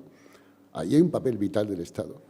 Y luego el otro apartado es, que no sé si refería usted a eso, el acceso cognitivo también a minusvalías declaradas en una sociedad que tienen derecho absolutamente. Entonces, ahí tenemos un retraso en la audiodescripción de todo el campo audiovisual. Y han hecho falta no sé cuántas leyes para empezar en las televisiones públicas, no ya en las privadas, un proceso de adaptación y de audiodescripción a sectores que no tenían acceso a la televisión. Y eso nos está pasando también en otros muchos campos, pero con extremo cuidado, ¿eh? Hace poco oía un debate en la SER sobre los planes de lectura y en algunos centros, en unas comunidades, están haciendo audiodescripción de libros para que los niños aprendan a leer. Como si no les gusta leer, le dan el libro leído para que así se acostumbre. Mire, yo me parece que no es el camino, ¿eh? Yo prefiero que le den a leer cualquier cosa, un cómic, un tebeo, por terrible que sea, ¿no? Porque así aprenden a leer, pero no oyendo o dándole una película sobre la lectura. La lengua, el texto escrito tiene sus leyes y el texto audiovisual tiene las suyas, ¿no? Sí, una última intervención de sí. Jorge. No, un comentario respecto al mecenazgo que, por lo que acabo de comprobar en Wikipedia, no van a encontrar ustedes todavía en Wikipedia. Tendremos que actualizar esa página. El mecenazgo, como se entiende hoy en Europa desde principios del siglo XX, y Chus Cantero lo comentaba antes, es en efecto el resultado de una acción de un colectivo que popularmente en Estados Unidos se conoce como los varones ladrones, los robber barons, que es un grupo de industriales con suficiente poder en los Estados Unidos a principios del siglo pasado para establecer con los presidentes del país las condiciones en que ellos querían que se gastara el dinero que querían destinar a la beneficencia. Hay publicaciones suficientes sobre ese asunto como para que no me extienda. Simplemente decir que ese modelo es el que llega a Europa a través de las fundaciones Rockefeller, no tanto Guggenheim, pero sí Carnegie, que son las fundaciones que después de la Segunda Guerra Mundial establecen en Europa el modelo de mecenazgo que todavía hoy construimos. Como decía Jesús Cantero hace un rato, en efecto, va a ser muy importante cuando se establezcan las condiciones del mecenazgo determinar que el modelo no sea el modelo que quieren esos grupos, que en efecto es el que hasta ahora, con buena o mala ley de mecenazgo, viene imperando, que es el de que el dinero se coloca allí donde el propietario del dinero quiere y no donde el Estado, que deduce de los beneficios de esa persona la parte importante que se va a deducir en cualquier nueva ley de mecenazgo, decide. Ese es un asunto crucial para que el mecenazgo tenga valor social o realmente no lo tenga. Y hasta ahora el mecenazgo se utilizaba con ese modelo. Nada más que ese asunto. Bueno, nos llevaría muy lejos profundizar en el tema, ¿no? Pero efectivamente en Estados Unidos lo más visible son las fundaciones, pero la mayor parte de la Carity viene de directivos, de alto directivos de grandes multinacionales. Y cuando Obama intenta limitar los sueldos de los directivos, hay una amenaza que sale en los grandes medios de las asociaciones de alto directivo que amenazan con dejar de invertir en la cultura y en el arte, ¿eh? Y era una amenaza muy verosímil. Entonces, el problema no solamente que ese dinero es el que el Estado deja de ganar, sino que el Estado pierde su soberanía sobre el apoyo a la cultura y la cede a la gran empresa privada. Y esa gran empresa privada a veces la usa bien y a veces no la usa bien. En Brasil decidieron en una época, con la ley Rouanet, que ese 1% de beneficios fuera administrada por unas comisiones sectoriales que cada año estudiaban la situación de la cultura en el país, de la industria cultural, y decidían qué elementos, no qué estilos, no qué corrientes, qué inversiones eran más importantes en términos de interés nacional. sin entrar en intentos dirigistas sobre la estética ni sobre nada. Y eso las grandes fundaciones lo rechazaron, porque querían intervenir ellos, decidir ellos el gusto estético de la sociedad, ¿no? Lo que se le da es el monopolio del gusto cultural en una sociedad. Hasta el punto de que en estudios de Brasil se ha demostrado que las grandes fundaciones, tipo Petrobras, por ejemplo, o tipo Itaú, han llegado a establecer dentro de su propia estructura enormes unidades de producción audiovisual, cultural, museística, etcétera, para no solo apoyar proyectos externos que se adecuaran a sus intereses, sino decidir ellos todo el proceso creativo, estético, etcétera, en función de sus intereses finales. Y que no hubiera ninguna contradicción entre el resultado final cultural hacia el público respecto a toda una planificación de imagen de marca, de entidad, de producto para el futuro, etcétera. Bueno, yo creo que es un efecto perverso muy negativo, porque le quita incluso a los creadores que han luchado durante años contra la manipulación del Estado y de pronto se van a ver manipulados por las empresas, pero no ya en el comercio, sino en el patrocinio, respaldado por el Estado con ese lucro cesante que el Estado deja de ganar. Bueno, yo creo que ahí hay perversiones muy, muy serias, ¿no? Bien, pues muchas gracias, profesor. Gracias a todos por su participación y hacemos una pequeña pausa para continuar.